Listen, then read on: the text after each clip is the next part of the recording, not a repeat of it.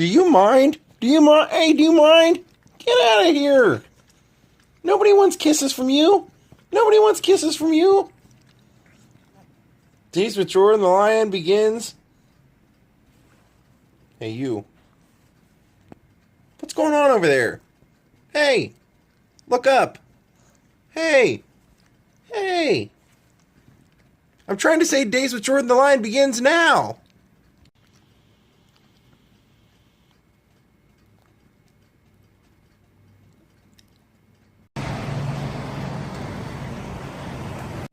You guys see that? A message in the sky says, I don't know, Pluto TV, something. Oh wow, I just realized it's like all the way across the sky in like a circle. Much harder today with the hot sun out here. Much harder. See how many people there are out here when you come up like 2 hours later than I normally do? It's packed. Whew, that was rough today. I normally never have to stop, and I had to stop 3 times on the way up here. It was just so hot. So Jaw wouldn't have had a chance. Not a chance. I'm not sure what the logic is or why they've stapled flowers to this telephone pole, but it's the first time I've ever seen that.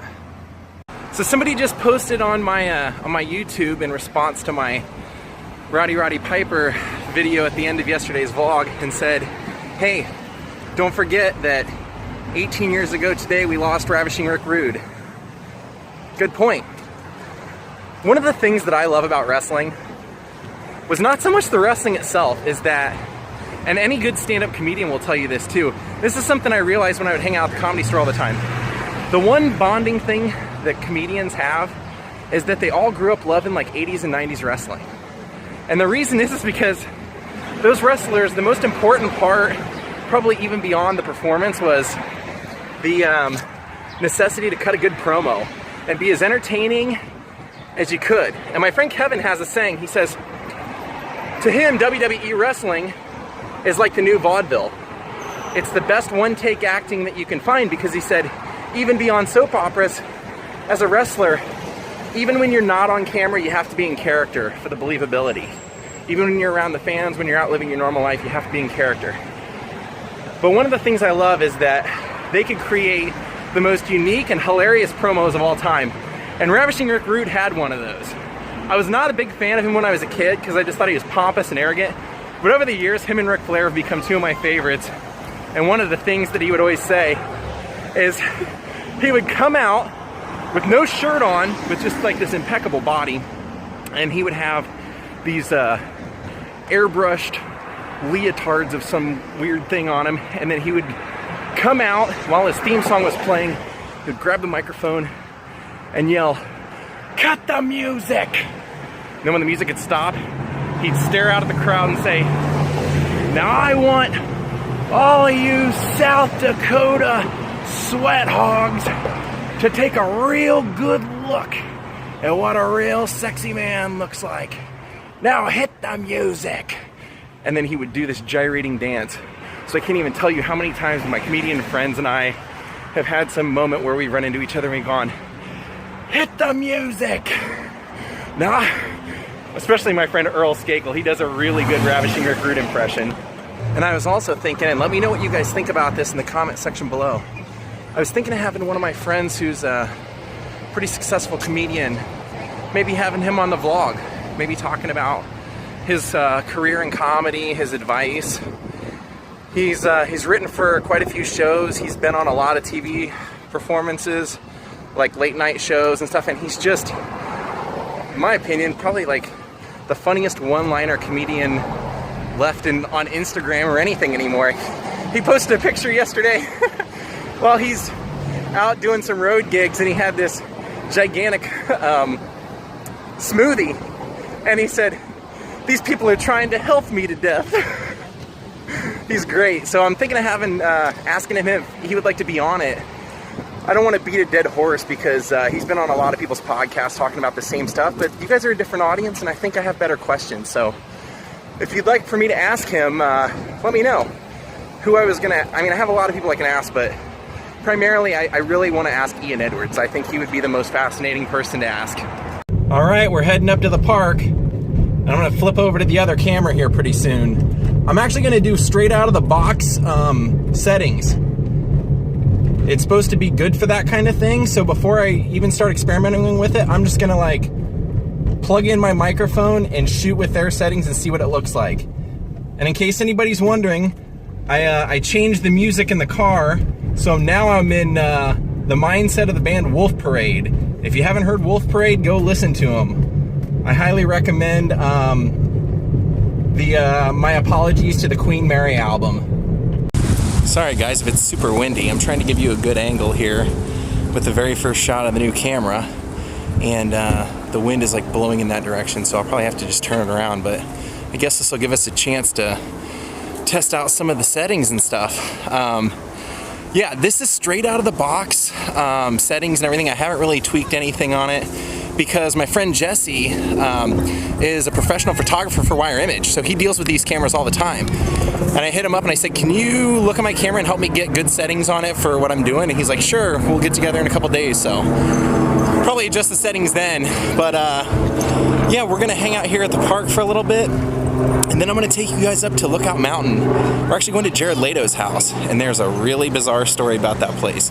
So I think you'll like it. Looks like some of my viewers and friends are in town this weekend, so I might have a little bit of a meetup with them. Might do some co-vlogging or something. Should be fun. Hope you guys are having a great day. John, did you make a new buddy?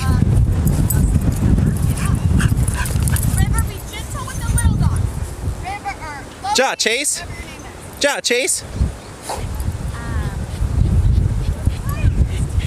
He's always the belle of the ball here. Everybody wants to sniff him, everybody wants to play with him, everybody wants to say hi. Is that enough attention for you, Ja? There's a dude out here doing front flips and back flips a little bit ago. It looks like he left. I was hoping to get him on camera because I think with this camera I can actually, I would have been able to slow it down, do some slow motion and things like that. Oh, this guy's got Ja's move. That's Ja's move, I thought. Well, Ja's all the way over here now. He's found a dog and he's over there playing.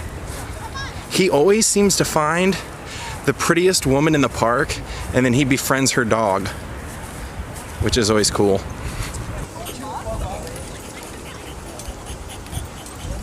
Hi, Ja. Hey, Joe! Hey, Joe! Yeah, sorry. Doing a pretty good job of autofocusing and detecting his face. So this is kind of the setup that I've put together for filming. I thought it would be good for a steady cam shot and everything. And the only real problem I'm seeing is that if I do it like this, when I flip the view screen out, it comes towards my hand. So I can only see a portion of it to line up the shots, but I don't really need to see too much. I ordered a bendy tripod like Casey Neistat uses for underneath, just because it makes so much sense for holding it out, like I said, and it won't cover up my view screen. But trying this out today, I don't know whether the microphone's going to be good or not, so I'm going to test out with the microphone, without the microphone, and since what you already saw, it's pretty windy out here, I tried it with the microphone to see what it was like. Now this is really interesting because today what I brought us to see is called the Lookout Mountain Air Force Station.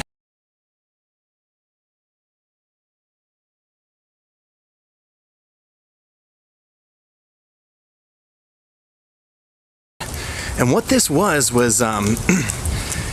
1941 to 1963, this property right here was owned by the military, and what they were doing was they had 250 employees here. Half were military and half were filmmakers.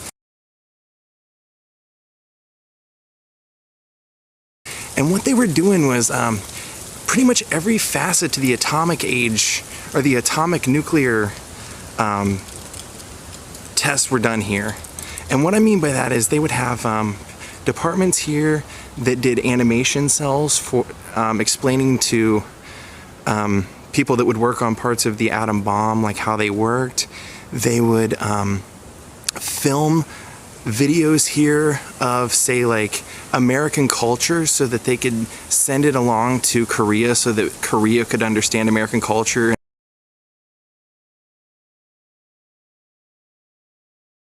Various different countries they would do this with. They would also go out to the ocean and, like, with the help of the fire department and the Coast Guard and everything, they would create these scenes that they would eventually show in, like, these war documentaries or explanation documentaries. Whenever you would see that footage from, and it's all over here.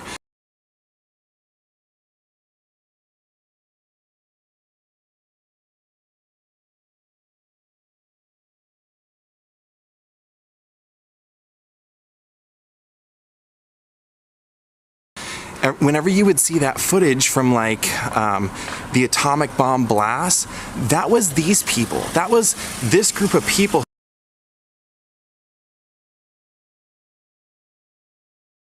It was this group of people that they were going out and they were filming that. They were creating here the different casing methods that they would eventually use around cameras for filming.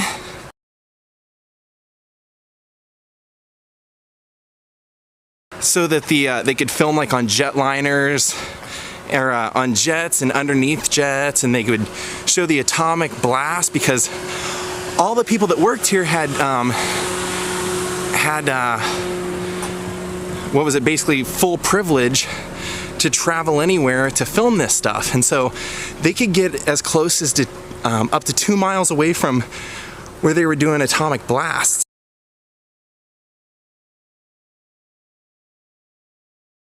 Now, what's interesting also is that they ended up shutting this down in '63 because what they wanted to do was make an underground bunker, like an underground nuclear facility. People like Frank Capra were on the commission to make these films. Robert Stack was in some of the films, and it wasn't even until 1994 or 97, one of the two, I forget, where they finally declassified all the footage from what was filmed here, the Lookout Mountain tapes, and you could see it. But they would also house here, in this massive facility, they would have an underground vault where they had thousands of cans of documentary footage and classified footage, and they had millions of feet of footage, they said, of the atomic nuclear research. And it was pretty freaking fascinating that that would all happen here. Basically, a big chunk of all the instructional videos, everything that you would see would either be edited here, planned here, filmed here, cut here. And like I said, they had a mix of 250 employees at any given time, and that was a mixture of military personnel as well as actors. Like I said, they had Robert Stack, Glenn Ford, Jimmy Stewart was in some of those, and even Frank Capra, when he was in the military, did stuff like that overseas. So when he came back here, he was helping make the military films here. Now, this was actually finally sold in 1994 to an artist and a lawyer, and they own the property. They bought it for $750,000, if you can believe that. And they used it to live in for a while, and then all of a sudden they didn't want to live there anymore, tried to sell it. It wasn't selling, so they leased it out to, in 2012, to a rehab facility, and it was like a really expensive rehab facility. In fact, it was like $50,000 a month, and that facility only lasted a year because they had 2 extremely questionable deaths. But then in 2015, the actor Jared Leto bought this property. And lives here now, so I'm sure if they see me out here, they assume I'm probably doing that, but I really just wanted to show you, like, it's pretty crazy how big this property is. It goes all the way across, and like I said, I'm going to insert footage of an overview.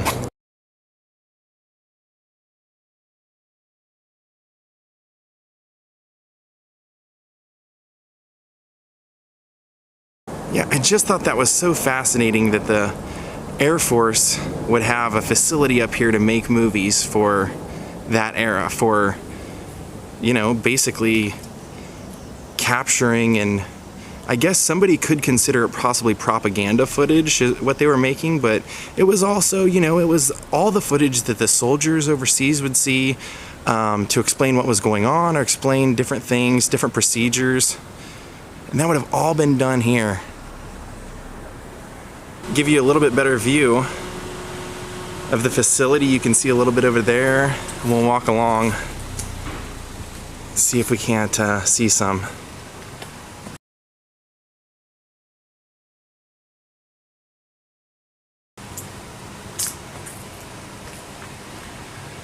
See, it's got that big square kind of bunker style to it.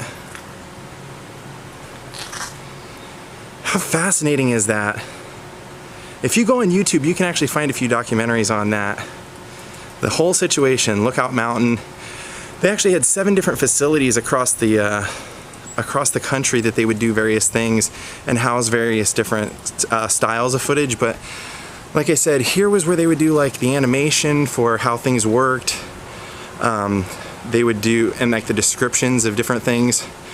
This is where they would edit all that footage, and they would create the footage out here that would simulate like a rescue boat or various things, different scenarios for training. And I think that's about the best view we'll get. Pretty much lose sight after this, so. There you go. Lookout Mountain Air Force Station.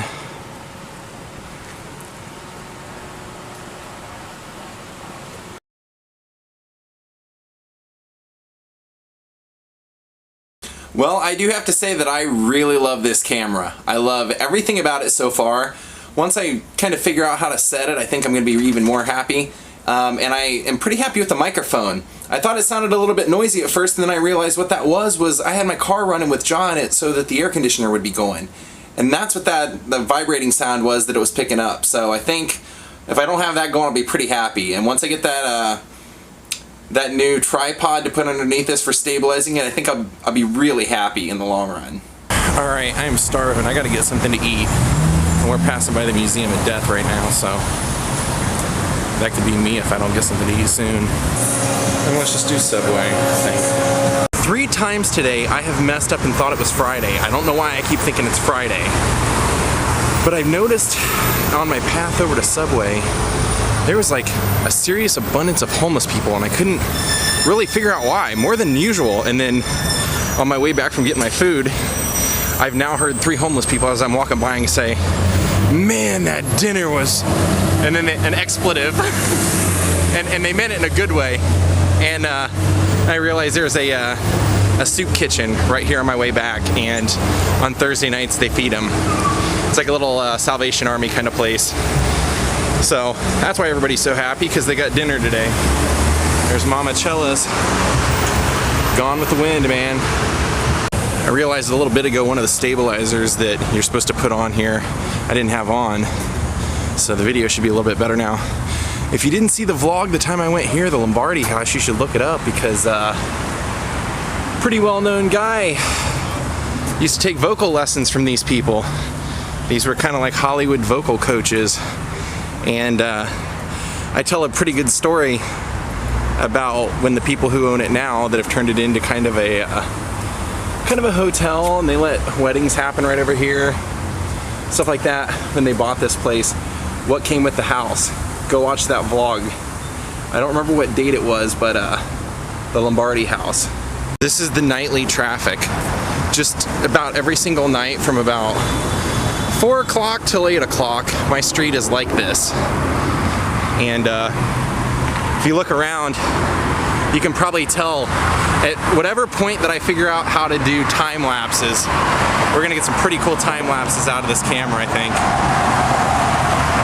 Alright, gang, I hope you guys enjoyed the adventure today. It was a little bit of a different one. Air Force? I haven't really done much military stuff, but that was just such a wacky story that I had to go check it out. And I appreciate you guys coming and watching, and always loving the videos, always complimenting the videos, and always hitting the like button, and being the cool, awesome Lionhearts that you are. I'll be back tomorrow with another great video. I already know what I'm doing. It's going to be a great day. I'm looking forward to it. Not just for the vlog, but the whole day in general. And yeah. Enjoy your life. Go out and live it. Go out and have an adventure yourself. Go do something that makes you happy. From your old pal Jordan the Lion in Hollywood, California, have a good night.